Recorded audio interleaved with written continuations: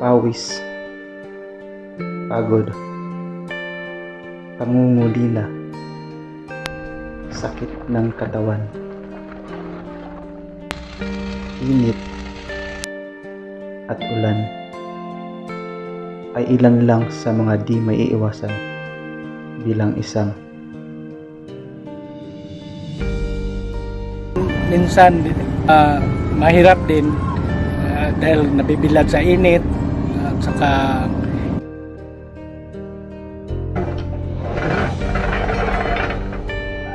alam kong pagod ka na. Mahirap man ang trabahong iyong pinapasukan. Di man maiwasan minsan ang matulog sa kung saan pagkatapos man ang halian. Yung wala ka nang pakialam na kung anuman ang matutulugan. Basta't ikaw ay safe at makapagpahinga kahit saglit man lamang. Mahirap talaga ang kumita ng pera, lalo na't sabayan pa ng problema. Minsan, parang mararamdaman mo na gusto mo nang sumuko, o yung tipong di mo na alam kung ano na ang mga nangyayari sa buhay mo.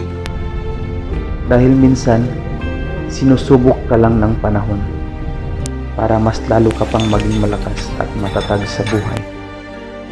Manalig ka lang sa Diyos at magdasal palagi. Lahat ng problema ay may solusyon. Magtiwala ka lang sa iyong sarili dahil yan ang unang tutulong sa iyo. Magpahinga ka lang kung napapagod ka na, o di kaya'y tawanan mo lang ang iyong problema. Huwag ka lang mawawala ng pag-asa. Makakaahon ka rin sa kahirapan.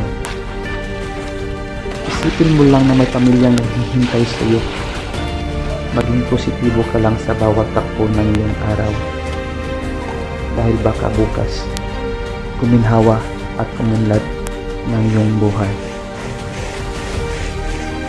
ang pinakalisod sa kinabuhi bilang isang ama ng nagpabaga at atubang hangyo sa mga silingan para lang makabaylo o makabayad sa mga panginahanglan sa pag-iispila sa mga anak. Kay mao man ni papel na to bisan kung sa kalisod sa sitwasyon agwantahon lang yun nato kalisod o